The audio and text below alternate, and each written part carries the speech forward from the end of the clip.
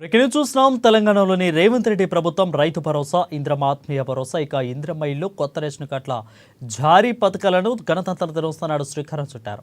అయితే 4 పథకాలు జీహెచ్ఎంసీ వెనుక రాష్ట్రంలోని ప్రతి మండలంలో ఒక్కో గ్రామంలో ఇవాల్టి నుంచి కూడా అమలు కానున్నాయి.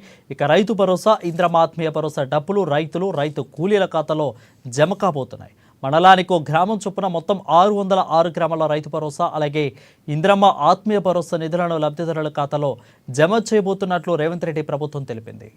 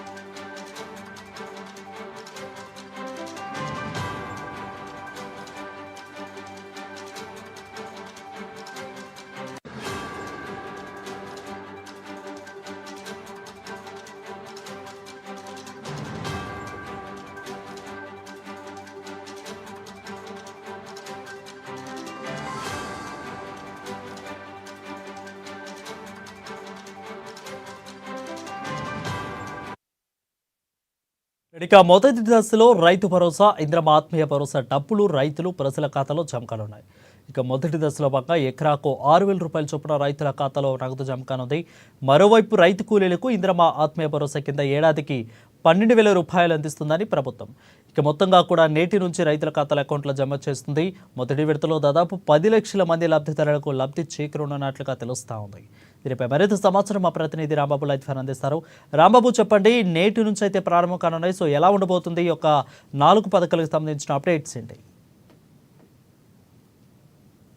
వరుణ్, రాష్ట్ర వ్యాప్తంగా ఈ రోజు నుండి రైతుల ఖాతాల్లో నగదైతే జమ చేస్తూ ఉన్నది రాష్ట్ర ప్రభుత్వం. ఇప్పటికే బ్యాంకర్లతో మాట్లాడిన నేపథ్యంలో అర్ధరాత్రి నుండి యొక్క 606 గ్రామాలలో నిన్న జరిగినటువంటి 4 పథకాల ప్రారంభానికి సంబంధించి ఏదైతే 606 మండలాల్లో మండలానికి ఒక గ్రామం చొప్పున ఎంపిక చేసి అక్కడ నిజమైనటువంటి లబ్ధిదారులకు ఎక్కడైతే వాళ్ళకి జాబితా పత్రాలను కూడా, అంటే వాళ్ళ పేర్లు నమోదు పత్రాలు ఎవరికైతే ఇవ్వడం జరిగిందో వాళ్ళందరికీ కూడా, ఈ జాబితాలో పేరున్నటువంటి వాళ్ళందరికీ కూడా ఈ యొక్క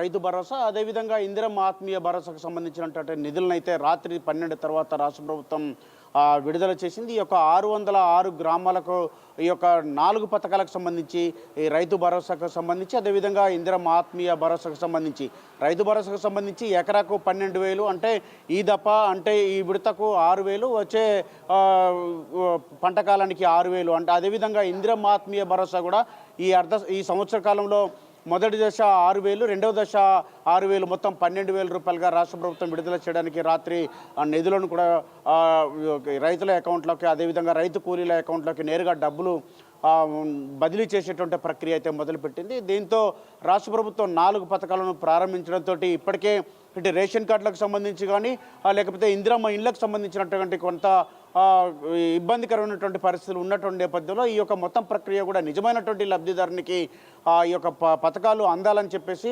లబ్ధిదారులు ఎవరు కూడా ఇబ్బంది పడదని చెప్పేసి దాని మీద మరొకసారి కూడా ఇటు కలెక్టర్లు, అదేవిధంగా ఎంపీడీఓలు, ఇప్పటికే ఆ గ్రామాలకు సంబంధించినటువంటి సెక్రటరీలు, లేకపోతే స్పెషల్ ఆఫీసర్లు ఎవరైతే ఉన్నారో వీళ్ళందరూ కూడా ఈ యొక్క లబ్ధిదారుల ప్రక్రియకు సంబంధించినటువంటి ఒక్కొక్క గ్రామానికి వాస్తవానికి ఒక గ్రామంలో 25 మంది 30 మంది కనుక ఉంటే అంతకంటే ఎక్కువ 500 వరకు కూడా దరఖాస్తులు వచ్చినటువంటి పరిస్థితి. అంటే ఇటు ఇల్లు ఉన్నటువంటి వాళ్ళు, అదేవిధంగా 2 ఫ్లోర్లు 3 ఫ్లోర్లు అంతస్తులు ఉన్నటువంటి వాళ్ళు కూడా ఈ యొక్క ఇందిరమ్మ ఇల్లుకు మరొకసారి దరఖాస్తు పెట్టుకోవడం చర్చనీయాంశంగా మారింది.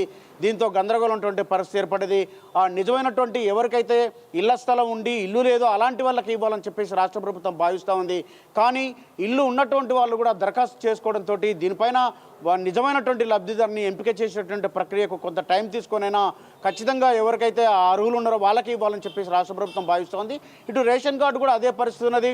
10 ఎకరాలు ఉన్నటువంటి రైతు కానీ, లేకపోతే 10 లక్షలు ఉన్నటువంటి ఆదాయం సంవత్సరానికి ఉన్నటువంటి వాళ్ళు కానీ, లేకపోతే అంతకంటే ఎక్కువ డాబాలు అంటే బిల్డింగ్లు ఉన్నటువంటి వాళ్ళు కానీ, కార్లు ఉన్నటువంటి వాళ్ళు కానీ అనేక మంది కూడా ఇటు అనర్హులు కూడా ఈ యొక్క రేషన్ కార్డుకు దరఖాస్తు చేసుకోవడమే కాకుండా ఇటు పెద్ద ఎత్తున రేషన్ కార్డుల కొరకు ఇటు విపక్షాలు కొంతమంది పనిగట్టుకొని ఆందోళన చేసినాయని చెప్పేసి ప్రభుత్వం చెప్పినటువంటి నేపథ్యంలోనే నిజమైనటువంటి లబ్ధిదారునికి ఈ యొక్క రేషన్ కార్డు రావాలి, నిజమైనటువంటి లబ్ధిదారునికి ఈ యొక్క ఇందిరమ్మ ఇల్లు రావాలని చెప్పి అదేవిధంగా ఇందిరమ్మ ఆత్మీయ భరోసా కానీ దాంతోపాటుగా రైతు భరోసాకు సంబంధించి ఇవన్నీ కూడా అర్హులకు మాత్రం ఇవ్వాలని చెప్పేసి రాష్ట్ర ప్రభుత్వం భావిస్తున్నటువంటి నేపథ్యంలో నిన్న ప్రకటించినటువంటి జాబితాలో ఉన్నటువంటి పేర్లు ఉన్నటువంటి వాళ్ళందరూ కూడా 606 మండలాల్లో మండలానికి ఒకరి చొప్పున ఒక గ్రామం చొప్పున 606 గ్రామాలకైతే పూర్తి 100% అక్కడ ఉన్నటువంటి నిజమైనటువంటి లబ్ధిదారులకైతే నిన్న ఇవ్వడం జరిగింది.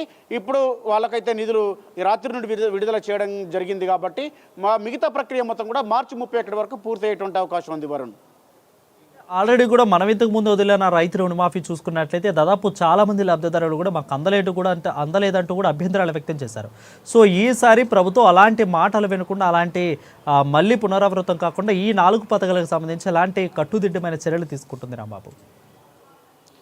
వరుణ్, ఇప్పటికే గత ప్రభుత్వం ఇటు రాళ్లకు, బోర్లకు, గుట్టలకు, చెట్లకు, లేకపోతే అనరులకు, సినిమా థియేటర్లకు, ఫంక్షన్ హాల్లకు కూడా నాలాల కబ్జా చేసినటువంటి వాళ్ళకు కూడా రోడ్లకు కూడా ఇచ్చినటువంటి పరిస్థితి ఉంది. కాబట్టి మనం ఇటీవల అనేక సందర్భాల్లో కూడా చూసినాం. కాబట్టి వీటన్నిటిని కూడా మినహాయించాలని చెప్పి రాష్ట్ర ప్రభుత్వం భావిస్తున్నది. అందుకొరకే దీనిపైన ఒక సర్వే కూడా చేయించింది.